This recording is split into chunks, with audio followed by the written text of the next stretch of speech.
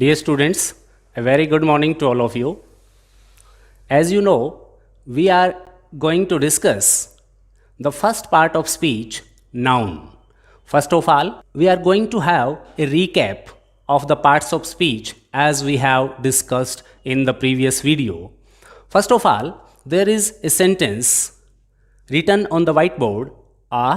The blind beggar fell into a deep ditch and he was hurt badly. This sentence has all the 8 parts of speech, and we have to identify all the 8 parts of speech in this sentence.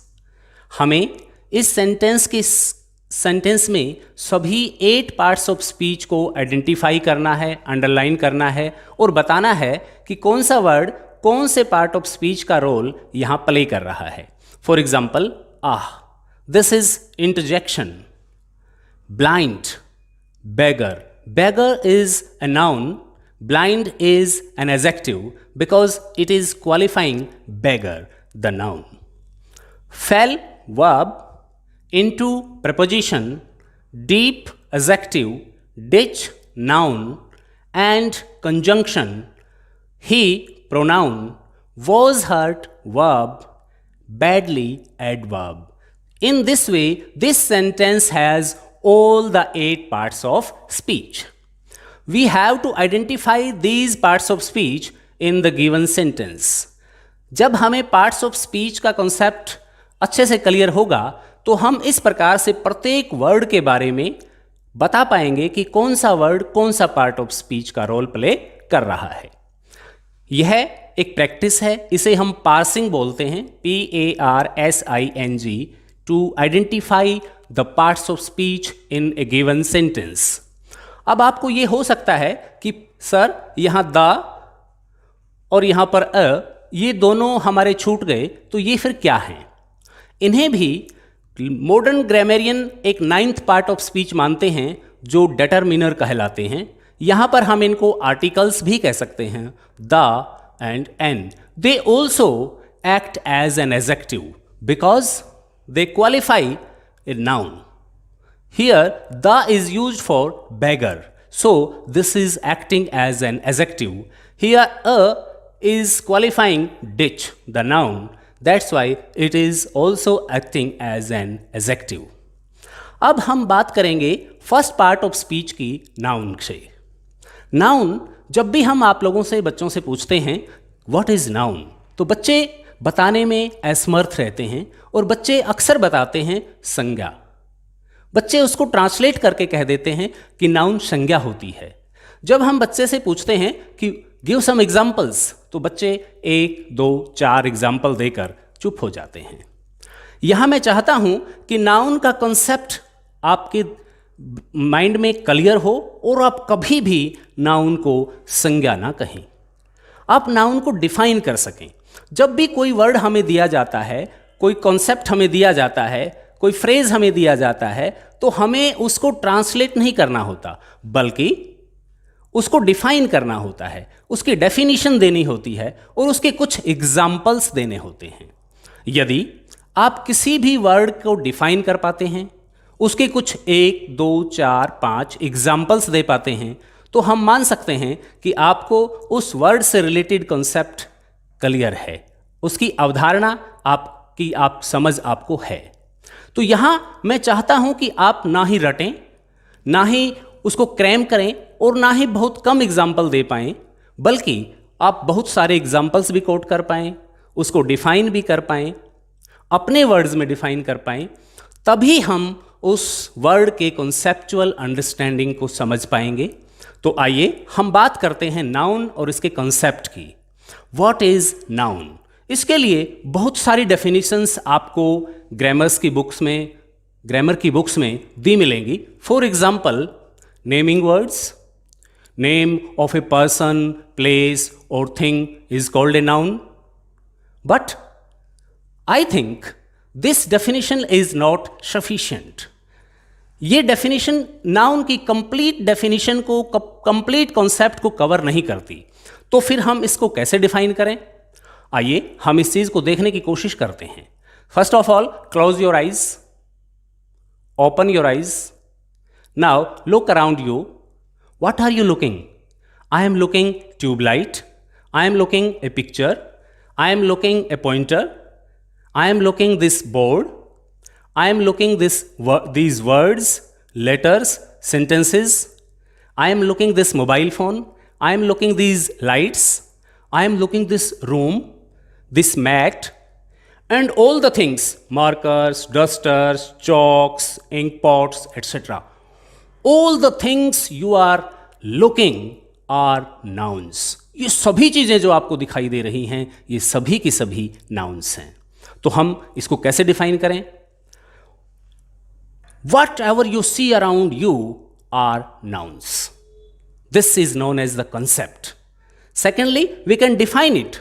Name of a person, place, thing, animal, idea, state, feeling, all these things are nouns. This is the most important part of speech. This is the first part of speech, and it is the most important part of speech. Everything around us is a noun. In this way, we can define noun. And after definition, we must quote some examples. For example, name of a person, name of a place, name of a thing, name of an animal, name of an idea or a state. अगर हम person की बात करें, for example Anita, boy, teacher, these are nouns. These are persons basically. Places, Bhiwani, park, classroom, places, things, pen, book, these are also nouns. Animals, dog, cow, these are also nouns. Idea or state, these are, for example, honesty, laughter, cry, sleep, all these are nouns. आशा करता हूं आपको noun की definition समझ आई होगी कि noun क्या होता है और कितना इंपॉर्टेंट पार्ट ऑफ स्पीच ये नाउन है. अगर आप इस पूरे चैप्टर को, पूरे टॉपिक को ध्यान से सुनेंगे, ध्यान से देखेंगे, तो निश्चित रूप से आप नाउन की डेफिनेशन दे पाएंगे, नाउन के बहुत सारे 20, 30, 50 एग्जाम्पल्स दे पाएंगे. बहुत ही इजी आपके लिए हो जाएगा और आप नाउन के डिफरेंट टाइप्स भी बता पाएंगे और प्रत्येक टाइप के बहुत सारे एग्जाम्पल्स भी आप दे पाएंगे. हम आज इस नाउन के टॉपिक को ही डिटेल में डिस्कस करने जा रहे हैं. डियर स्टूडेंट्स, हमने नाउन की डेफिनेशन और नाउन के कुछ एग्जाम्पल्स अभी सीखे हैं. आइए अब हम सीखते हैं 2 types of nouns, countable nouns and uncountable nouns. Countable nouns, जैसा कि इसके नाम से ही स्पष्ट है, काउंटेबल नाउन्स का मतलब होता है those nouns those can be counted, जिनको हम काउंट कर सकें, जिनको हम गिन सकें. फॉर एग्जाम्पल, ये markers, pens, these are countable nouns. We can count them 1, 2, 3. Pens, book, students, boys, apples, these are countable nouns. इन सभी को हम काउंट कर सकते हैं, इनको हम गिन सकते हैं, इसीलिए इनको काउंटेबल नाउन्स कहा गया है. काउंटेबल नाउन्स के लिए हमेशा मैनी एडजेक्टिव का यूज होता है. अगर काउंटेबल नाउन सिंगुलर और प्लूरल दोनों हो सकते हैं. अगर ये सिंगुलर है तो हम आर्टिकल्स का यूज करेंगे इस नाउन से पहले. For example, a pen, a book, the boys, an apple. अगर ये प्लूरल है तो प्लूरल के लिए हम द का यूज कर सकते हैं या फिर many students, many boys, many books. Those nouns which can be counted are known as countable nouns. इन्हें हम काउंट्स भी कहते हैं. सेकंड है हमारा अनकाउंटेबल नाउन्स. अनकाउंटेबल नाउन्स वो होते हैं ऑपोजिट ऑफ काउंटेबल, अनकाउंटेबल. अन लगने से इसका एंटोनिम बनता है, ऑपोजिट वर्ड बनता है uncountable noun. Nouns that can't be counted, जिन्हें हम काउंट नहीं कर सकते, बट उनको हम क्या कर सकते हैं? We can weigh them, we can check their weight, we can weigh them और we can measure them, we can measure them. We can't count them. हम उन्हें गिन नहीं सकते, या तो उनको हम वेट कर सकते हैं या फिर मेजर कर सकते हैं। फॉर एग्जाम्पल मिल्क, हम इसे ये नहीं कह सकते 1 मिल्क 2 मिल्क्स, इनका प्लूरल फॉर्म भी नहीं होता। They are always treated as singular nouns. Milk, sugar, water, money, gold, these are uncountable nouns. We can't count them, and we use adjective much for uncountable nouns. यहाँ आप much और many में भी difference आपको समझ आया होगा। Many is used for countable plural nouns and much is used for uncountable nouns. Countable nouns जिन्हें हम काउंट कर सकते हैं, uncountable nouns जिन्हें हम काउंट नहीं कर सकते, उनको वे या फिर मेजर कर सकते हैं, उन्हें हम अनकाउंटेबल नाउन कहते हैं। काउंटेबल नाउन से पहले आर्टिकल्स का यूज होता है, सिंगुलर काउंटेबल नाउन से पहले, और प्लूरल काउंटेबल नाउन से पहले द या फिर मैनी का यूज होता है।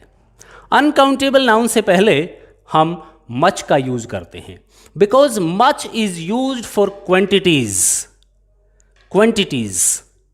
हमने पहले लिटल और फ्यू का भी एक कॉन्सेप्ट किया था, जिसमें हमने लिटल को भी क्वांटिटीज के लिए यूज किया था। ठीक उसी प्रकार से much is used for uncountable nouns. Countable noun, uncountable noun, इन दोनों में डिफरेंस आपको अच्छे से समझ आ गया होगा, और आप इनके एग्जाम्पल्स भी दे पाएंगे। Not only these examples, many more examples you can coat, आप दे सकते हैं। अगर आप इसको डिफाइन कर सकते हैं, इसके बहुत सारे एग्जाम्पल्स अपने आप दे सकते हैं, तो आपको काउंटेबल और अनकाउंटेबल नाउन का कॉन्सेप्ट क्लियर होगा। इसके बाद हम देखेंगे types of nouns. There are 5 basic types of nouns, and these nouns you can learn them as PCMCA. This is a mnemonics. या तो आप PCM पढ़िए या फिर कॉमर्स पढ़कर CA बनिए। इस प्रकार से हम इन 5 टाइप्स को याद कर सकते हैं। फिजिक्स, केमिस्ट्री, मैथमेटिक्स एक वेल नोन टर्म है, इसी प्रकार से CA भी एक वेल नोन टर्म है, PCMCA। इन 5 टाइप्स को आप इस निमोनिक्स से याद भी कर सकते हैं, लेकिन यहाँ नाउन के केस में P stands for proper noun, C stands for common noun, M stands for material noun, C stands for collective noun and A stands for abstract noun. Proper, common, material, collective and abstract noun, PCMCA। अब सबसे पहले हम proper noun और common noun को और collective noun को एक साथ सीखने का प्रयास करते हैं, because they are interrelated. What are proper noun? Proper noun means name of a specific और ए पर्टिकुलर पर्सन, प्लेस और thing is known as proper noun. For example, I am Surendra Kumar, name of a particular person, I am a proper noun. Name of this iTutor Center, this is a proper noun. So names given to a specific person, place or thing is known as proper noun. For example, Amit, Virat Kohli, he is a particular player. Wings of Fire, this is the name of a specific book written by Dr. APJ Abdul Kalam. Karu, this is a particular name of a specific village. Bhiwani, this is the name of a city. These are known as proper nouns. What are common nouns? Common noun means name given to the same kind of persons, places or things or animals is known as common noun. For example, Amit. There are so many proper nouns, Amit, Suresh, Mahesh, etc. इन सभी एक class, एक जैसे दिखने वाले, एक ही kind के सभी persons को हम स्टूडेंट कह सकते हैं। अमित स्टूडेंट, हम बॉय भी कह सकते हैं। Student, boy, this is a common noun given to the persons of same kind. Next is player. Player is a common noun. There are so many players. There are so many players who are specific, who are proper noun, and the name player is given to them in general, in common. This is known as a common noun. Next is Wings of Fire. This is a book. So book is the name of a thing given to a particular object, a particular thing, that is book. The book is a common noun. In this way, village, there are so many villages, and a cluster of houses, a colony, is given name village. And city, city is also a common noun. There are so many cities. हम केवल student नाम लेने से ये नहीं बता पाएंगे which student, student in general. हम किसी प्लेयर शब्द को बोलने से ये नहीं बता पाएंगे कि which player. Book, which book, we can't tell. Village, which village, we can't tell. Means village in general. Where do you live? I live at a village or in a village. City, I live in a city. Which city is not given. It means these words are the names given to the same kind of things, persons or places, that is known as common noun. Now come and let us learn about collective noun. Collective, जैसा कि इसके word से ही स्पष्ट है, collective means collection, group. A group of persons, places or things, animals given as a whole. A name given to a group. For example, here Amit, it was a proper noun. Student, it was a common noun. And a group of students is known as class. Class is the name given to the group of students. Virat Kohli, proper noun. Player, common noun. And a group of players is known as team. So team is a collective noun. In this same way, Wings of Fire, this is the specific name of a book. Book is common noun, this is proper noun.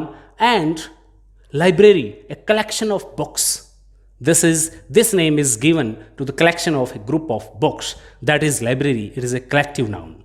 In the same way, Cairo is a proper noun, village is a common noun, but a cluster of villages, cluster, this is the name given to group of villages. This is a collective noun. In the same way, crowd, group of people, herd, group of cattle, jury, group of judges, and bouquet, group of flowers.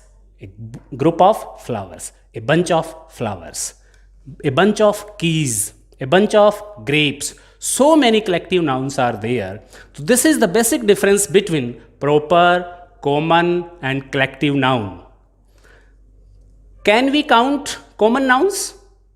Can we count students, players, books, villages, cities? Of course, we can count them. It means common nouns are countable nouns. In case of collective nouns, can we count classes? Yes, we can count classes. 6 to 8, there are 3 classes. Teams, can we count teams? Of course we can count teams. It means common nouns and collective nouns are countable nouns. We can use articles before common nouns and collective nouns. In the same way, these are particularly proper nouns. So this is the basic difference between proper, common and collective. Next type of nouns are material noun and abstract noun. Material and abstract noun, both of these nouns are uncountable. We can't count them. As we have discussed already, common noun and collective noun are countable nouns, but material noun and abstract nouns are uncountable nouns.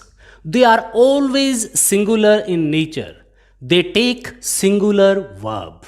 Keep this thing in your mind. Material noun and abstract noun are always singular. They carry a singular verb with them. Let us discuss material noun and abstract noun one by one. First of all, material noun. Names given to substances कुछ पदार्थ, कुछ ऐसी चीज़ें, कुछ ऐसी वस्तुएं जिनको हम मटेरियल नाउन का नाम देते हैं। From which things are made of, उससे बहुत सारी दूसरी चीज़ें, दूसरी थिंग्स हम बना सकते हैं। फॉर एग्जाम्पल मिल्क, मिल्क से हम दही, घी, पनीर, मक्खन, पता नहीं क्या क्या चीज़ें बना सकते हैं। तो this is material noun. Gold, gold is also a metal. All the metals are materials. Many things can be made of golds. For example, jewelry, etc. Wood. Wood is also a material. We can make pointers, tables, beds, furniture, doors, windows of wood. Next is water. Water is the most important material noun. Everything can be made of water. We use water to make anything. For example, next is sugar. Sugar is also a material noun. Many things are made of sugar. For example, tea, coffee, sweets, etc. These are materials. They have no plural forms. We can't say milks, golds, woods, waters, sugars in the same meaning. They are uncountable as well. We can weigh them, we can measure them, but we can't count them. So, all the material nouns are uncountable nouns. The next is abstract noun, and this is the most important part of noun. Abstract noun, we can touch this phone, we can see this phone with the help of our eyes. We can touch or see all the 4 types of nouns: proper, common, collective, and material. But this is invisible. We can't see it. We neither we can see it nor we can touch it. हम इसे छूकर भी नहीं देख सकते, हम इसे आंखों से भी नहीं देख सकते।